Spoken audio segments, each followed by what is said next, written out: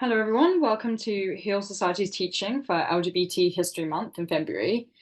Today, we're going to be talking a little bit about LGBTQ plus history and how that intersects with some aspects of culture and medicine, including some key historic events and the potential societal impact that those might have had. My name is Rachel. I'm the president of Heal Society, and I just want to do a quick disclaimer before we start. And that is, first of all, I'm not an expert. I'm not an expert in LGBT history. I've just looked these things up myself. And I can't cover everything today. So we won't be talking about all of queer history. That would just take too long. But I am hoping to point out to you different areas that might interest you to look into further, or even just for you to have an interesting and engaging half hour as we talk about a little bit of queer history, because I would argue it's not talked about very often. So the other thing to say is that a lot of the discussions we'll be having today are very Eurocentric. So this is because I didn't really have time to, in preparing this presentation, expand to a more worldwide view of queer history. And also, of course, we're discussing UK medical practice as a society, so it kind of makes sense for me to focus on different UK historical events. But of course, there are the views that I'm discussing today. There were different things going on around the world, and it's important that we recognize that, I think. So without further ado, let's get started. Oh, if I can change the slide. There we go. So first thing I just wanted to say was a quick warning for those of you who are viewing. This presentation obviously does discuss outdated views and has discussions of conversion therapy. And I just want to make sure that you guys are aware of that before you start. And obviously, if you need to pause the presentation at any time or get in touch with us afterwards, then you're more than welcome to do so. Okay, so what we're going to be talking about a bit today, because I couldn't possibly cover all of queer history, is these 5 key sections of time.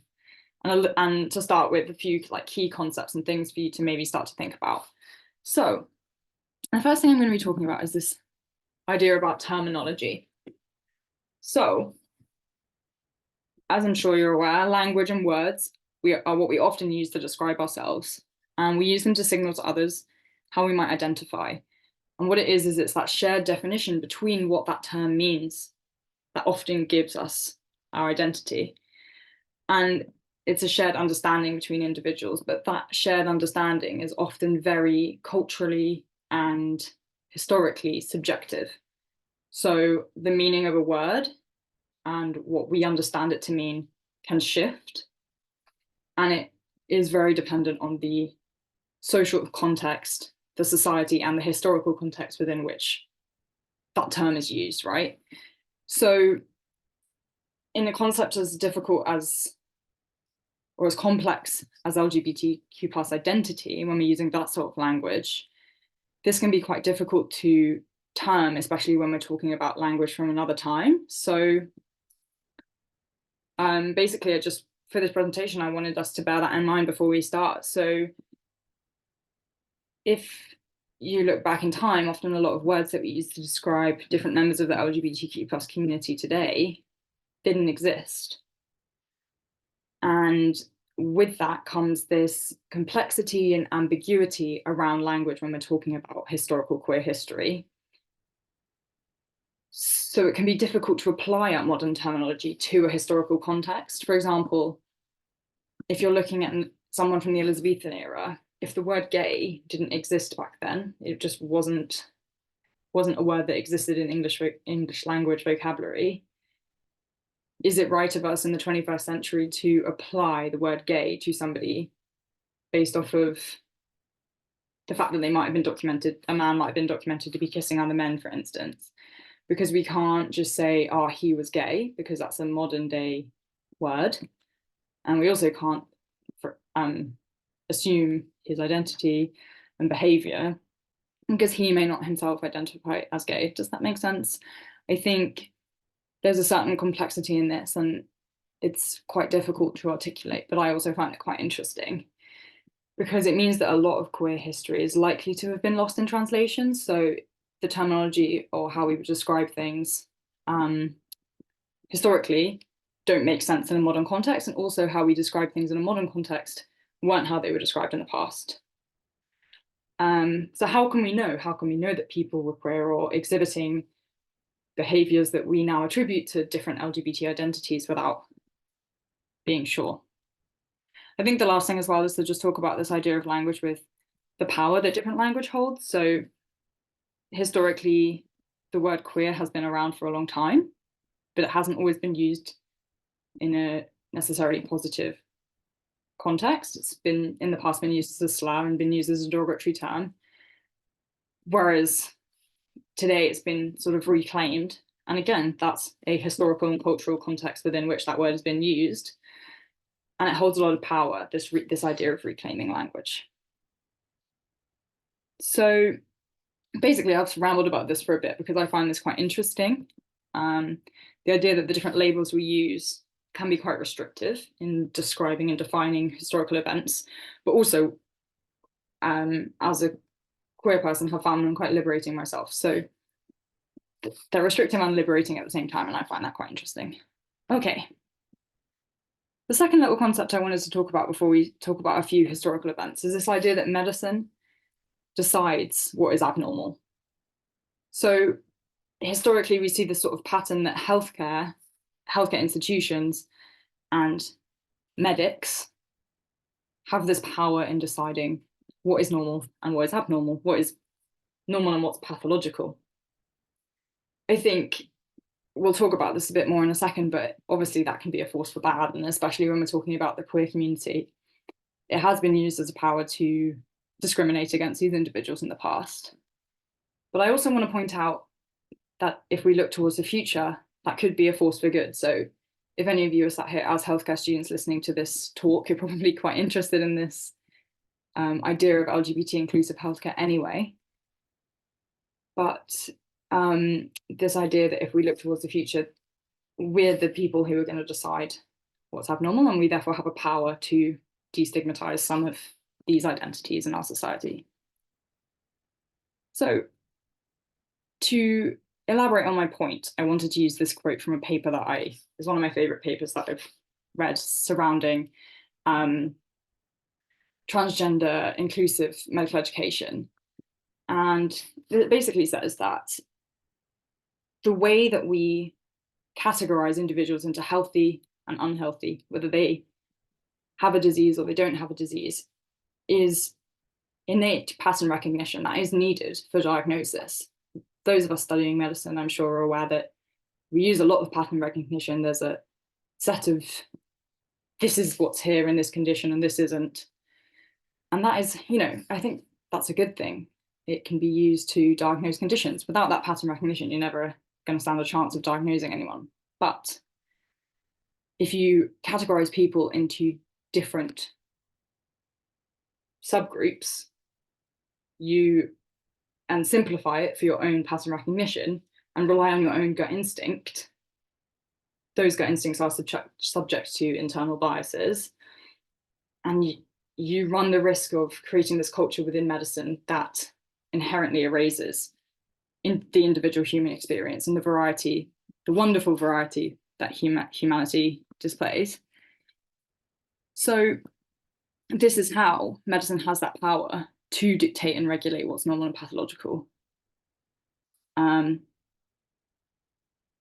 therefore we have to be careful with the language and the way that we talk about these things in medicine. And I believe that it's integral to undoing some of these classification systems where we have historically viewed people as pathological.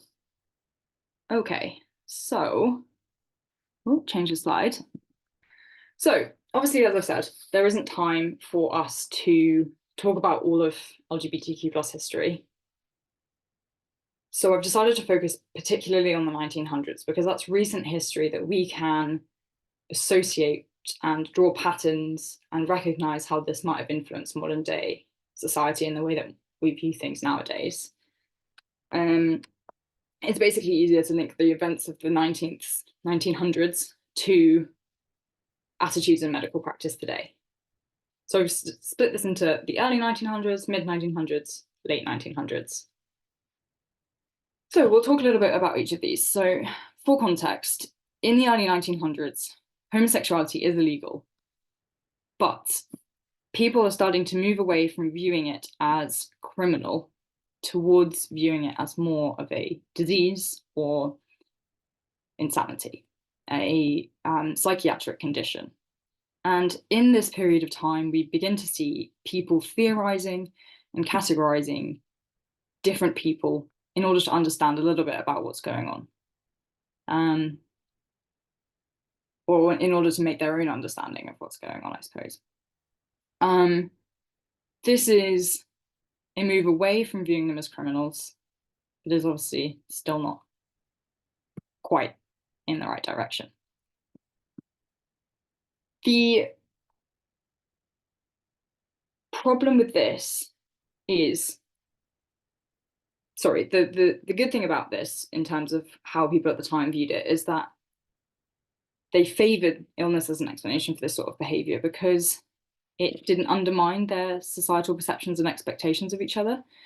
It didn't viewing it as something that is normal undermined a lot of their own rigid gender and family structure systems at the time.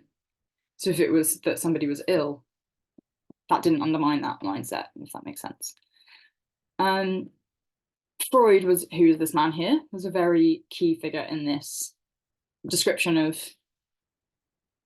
homosexuality, and he described it as that homosexuals fail at becoming heterosexual during their development, and that it was unlikely that they could ever be cured. He believed that homosexuality should not be punished, so this argument that you should move away from criminality. He did believe that it was an illness, but that you couldn't cure it. So a lot of people at this time, and especially towards the mid-1900s, were sort of looking for this idea that if it was an illness, then it's something that can be cured. And Freud argued that you couldn't cure it. Okay. So the thing to note here is that these discussions and these theorizations of homosexuality did mark a progression from viewing them as simply criminals, as people who were wicked and deserve to be punished, towards this sort of view that homosexuality is wrong, but it can't be helped. It's not the fault of the individual.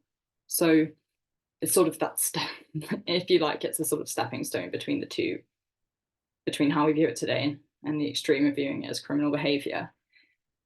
And I would argue that this view that homosexuality is wrong but cannot be helped, that developed in this early and mid-1900s, actually still exists in a lot of language we use today, such as, I was born like this and this is just who I am. It was this shift towards, this is something that I can't help. There's nothing, I'm not doing anything wrong. And that began in the early 1900s. So that's that first area. That's that first period of time. What I think is interesting about that early 1900s is, so at this point, homosexuality between two women has never been illegal, which interestingly stems from the fact that when these laws first came into place, Queen Victoria, so in the 1800s, Queen Victoria didn't believe that it was possible, that just wasn't a thing. And then in 1921, the Parliament discussed whether they should criminalise female homosexuality, but actually Parliament ended up rejecting this because they thought that it would encourage females to explore homosexuality. So it has never been illegal for women to be homosexual, but it has been for men. This is cisgendered women and men. Okay, so then we move on to the mid-1900s, and there is some advocacy for LGBTQ plus or gay rights going on in the middle of the 1900s. And this is mainly due to the fact that they're pleading for fair treatment for people who are sick. So they're pleading for them to not be punished and to not be experimented on. And unfortunately, we start to see around this time, as the view shifts towards the fact that these people are ill, the idea becomes that people are searching for a cure. So that means that people are experimenting with aversion therapy, conversion therapy, shock therapy, hallucinogenics, and even lobotomy. the last one of which was in 1952. So we do start to see some campaigning for gay liberation, but it does focus on the fact that they deserve fair and humane treatment while they're being treated, not necessarily campaigning for their equality. And World War II, which occurs during this period, is a particularly interesting time for experimentation. And we'll talk about that a little bit more in a second. And then finally, when we talk about the late 1900s, that's when we start to see the campaigns for liberation. So we see the first Pride March in 1968. We see legalization of private consensual homosexual sex if you're greater than 21 is in 1968 as well. And then that was brought to 16 in 2000. You see the first Pride March and Stonewall riots in 1969, sorry. And then, but even at this time, there's all this going on, but it's still generally public opinion. 93% of UK opinion is that homosexuality is still a form of illness that requires treatment. But it is between the 1960s and the 1990s that this starts to shift. So I hope that that makes sense as to sort of how attitudes towards homosexuality in particular shifted throughout the 20th century. The thing to note as well is that at the beginning of the 20th century and sort of the 19th century, there was no distinction between sexuality and gender. So it wasn't, I feel like I've used a lot of terms interchangeably here. But that's because, again, of this idea that it's confused in the past and the language isn't quite there to describe these things. So often people were thought to be or defined as being homosexual when it may have been that they were actually experimenting with their gender. These things were viewed as the same. So I hope they've explained that all right. So I would like to talk a little bit now about World War. So the two things I'm going to focus on from this period in the 20th century are World War II and this HIV outbreak, because they're two key events in the 20th century. Okay, so first of all, talking about World War II. As with all major societal events, World War II was a massive driver of social change, but also technological, political, and economic change. But with all of these things, you often see big social change. We saw it in 2020 when there was the COVID pandemic. We saw a big shift in, for example, the Black Lives Matter movement. It tends to be that when you've got big turmoil in society, that's when you start to see change and campaigning and people speaking out. So under Nazi reign, LGBT individuals, homosexuals, were sent to concentration camps, and whilst there were subjected to medical experimentation. The Nazis burned a lot of libraries and institutes that were doing research into sexuality, and they, as with a lot of minority groups at the time, were attempting to get rid of them. So different medical experimentation was taking place under the guise of attempting to cure homosexuality, but a lot of people were sent to concentration camps simply for being gay. So it can be quite negative to talk about the treatment of LGBT individuals during World War II, but I also have picked it because it was a time of great positive change. So after World War II, some uplifting and inspiring things came out of it, and you likely missed talking about these when you were studying World War II at school, again, because queer history is often not talked about. So, despite the threat of persecution, gay and lesbian service members thrived during World War II. There's documentation that when lots of young soldiers who'd never left home before, the war provided them the opportunity to find a community of like-minded people, camaraderie, and in some cases, people found their first love. And it was then the gay and lesbian veterans of World War II that became some of the first people to fight military discrimination in the years following the war. The most significant period of time that this happened in was after the Vietnamese War, but it did begin, Vietnam War, but it did begin after World War II.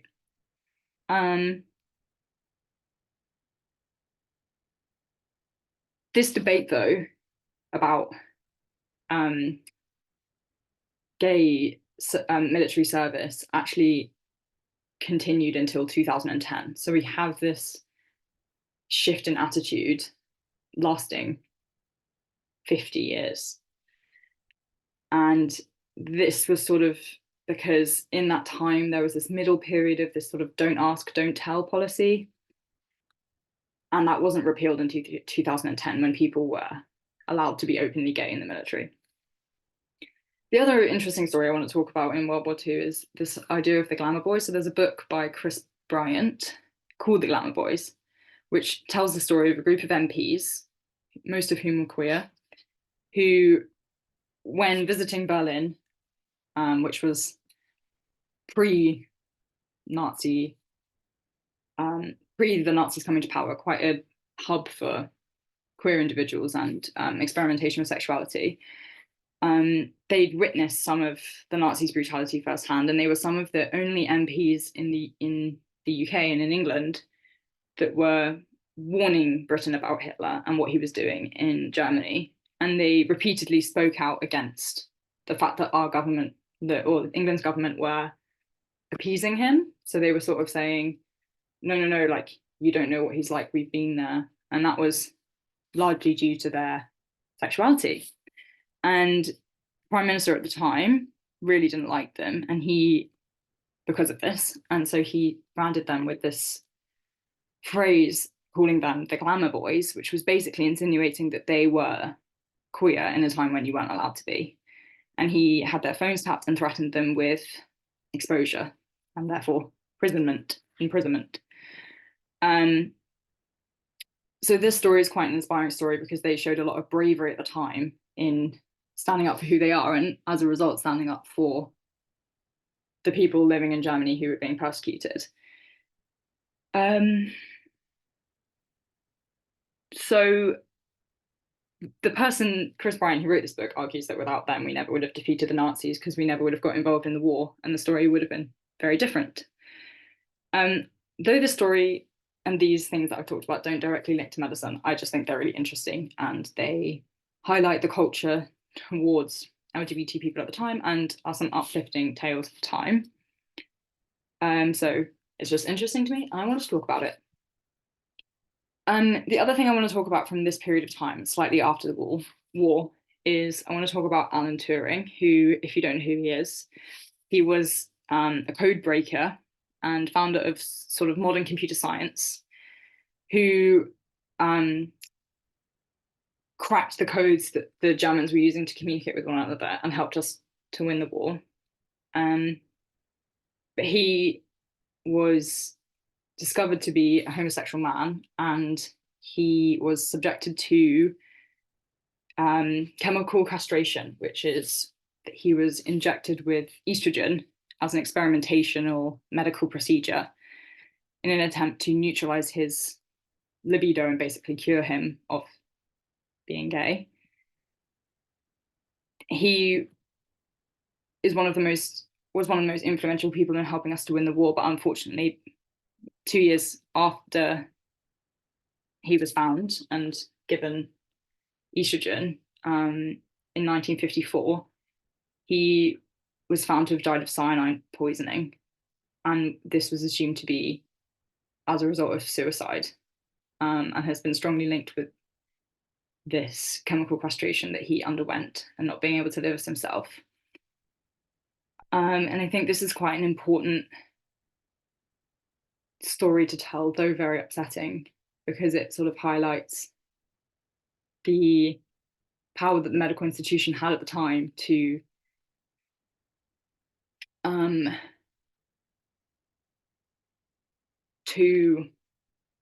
perform these sort of experimental procedures with no real scientific evidence behind it.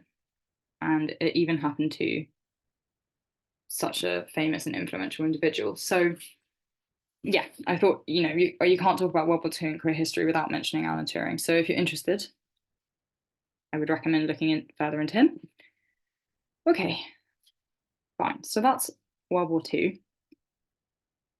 We then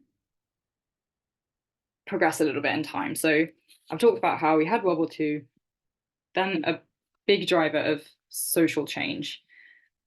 And so that happened throughout the 60s and 70s. And then in the early 1980s, the HIV and AIDS epidemic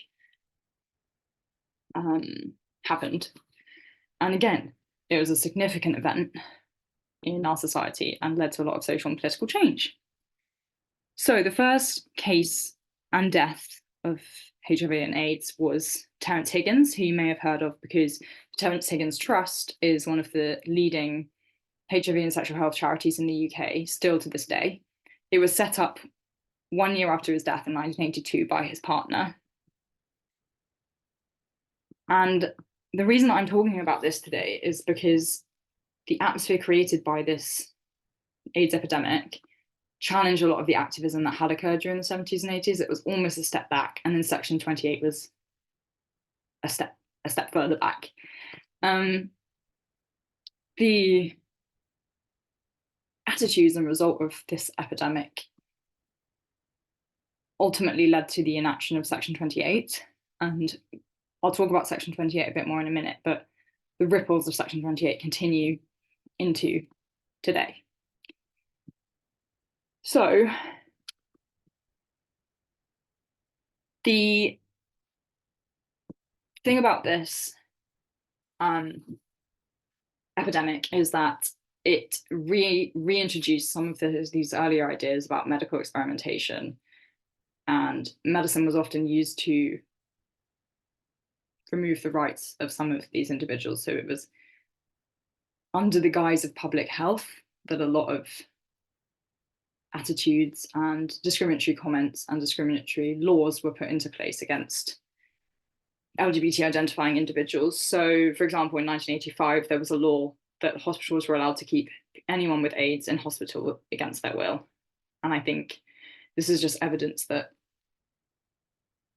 the government and the law were being used to enforce different behaviors towards LGBT individuals that probably wouldn't have happened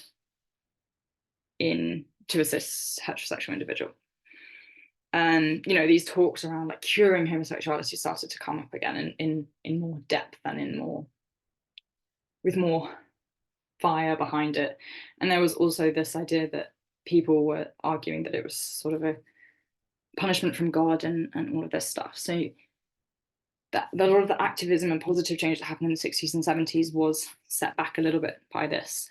So in 1988, the Section 28 stated that any local authority shall not intentionally promote homosexuality or publish material with the intention of promoting homosexuality, especially promoting the teaching of any maintained school of the acceptability of homosexuality as a pretend family relationship. Now, the important thing about Section 28 is that no one was ever prosecuted under this amendment. No one ever went to prison for breaking Section 28, but the attitude that it created within schools, within organizations, within these groups that were campaigning for LGBT rights, is that they were scared to do so, that they did so hesitantly, that they did so quietly and with less energy, basically, because there was fear that this act could be used to put them in prison, right? So it wasn't that it was directly violent towards LGBT individuals in any way. It was more that it halted the progression that the social change that was happening. Now, if you're interested in learning about HIV in a bit more detail, I would recommend watching the TV series It's a Sin. It's not a particularly cheery show to watch, as you can imagine, but it does talk in a bit more depth about the attitude towards LGBT individuals at this time, and it's really good. So Section 28 was then abolished in 2003. But this legislation had brought on a wave of fear amongst LGBT individuals and advocates in the UK, and this ripple spread beyond just public schools. But what we have to realize about it is that LGBTQ plus individuals growing up in the 80s, 90s, and early 2000s were not given the tools, resources, or support to learn about themselves or their health because of this piece of legislation. This likely has and had ongoing impact that's going to be hard to undo because of the ingrained homophobia that was reinforced by the culture of Section 28. And it likely had a profound impact on people's lives and their sense of self-worth and their ability to learn and discover more about themselves. And, you know, we're talking about the 80s, 90s, and early 2000s. That's recent history. And these are the patients that will be in our hospitals and trying to access healthcare, having not been taught anything about their own health or about their own lived experience at school. The other thing we have to consider about it is that it was abolished 20 years ago, but it's actually only since 2020 that it's been mandatory to teach students about LGBT identities in relationship and sex education at school. So even though it wasn't banned to talk about these things anymore in schools in 2003, there was an absence from education until just 3 years ago. I know from my own experience that no discussion of LGBT identities occurred at school. And that led to, luckily, you know, we live in an age where you can look stuff up online, but for a lot of people that leads to an attitude of not, you know, if you don't know something exists, you don't know to discover and learn about it, basically. So the reason I'm talking about this in Section 28 is because in December 2023, the government published draft guidance for schools and colleges in England that adopts similar approaches towards trans students in schools. This, without going into too much depth, and you feel free to Google it and look it up yourself, there's a lot of language used in this report that is similar or is likely to have a similar effect to the language of Section 28. So schools are required to inform parents of their child's social transition. There's no obligation for the school to allow them to socially transition. They don't have to talk about it or share resources with students. Sorry, I think I should have said this is guidance about trans children in schools. It's not about LGBT individuals, but this has similar impacts to Section 28, but for trans kids. So this is a potential example of how modern day legislation is being used in a similar way to the past and how history has the potential to repeat itself. So if you're interested in reading the draft guidance, give it a Google. One could argue that the document is navigating a politically charged and complex topic in our modern society. But the language used in the document creates the same atmosphere as Section 28 and undoubtedly will mean that students fear coming out to their teachers and peers during their formative school years. And it restricts their ability to experiment with gender, explore gender, and learn about themselves in a safe and judgment-free school environment. This sort of restriction, similar to the restriction enforced by Section 28, has the potential to force trans students through unwanted puberty and traumatic experiences of gender euphoria, and not discover and learn about themselves in a safe environment. And therefore, I'm posing the question and asking in this teaching whether you think that this has whether it is or isn't likely to have a similar effect to that of fear and silencing and restricting LGBT individuals. So that's a little bit about queer history. I apologize that it was probably quite long. I'm really keen to hear people's thoughts, so let me know what you think. Let me know if anything I've talked about today has triggered you to think about different things. I'm really interested.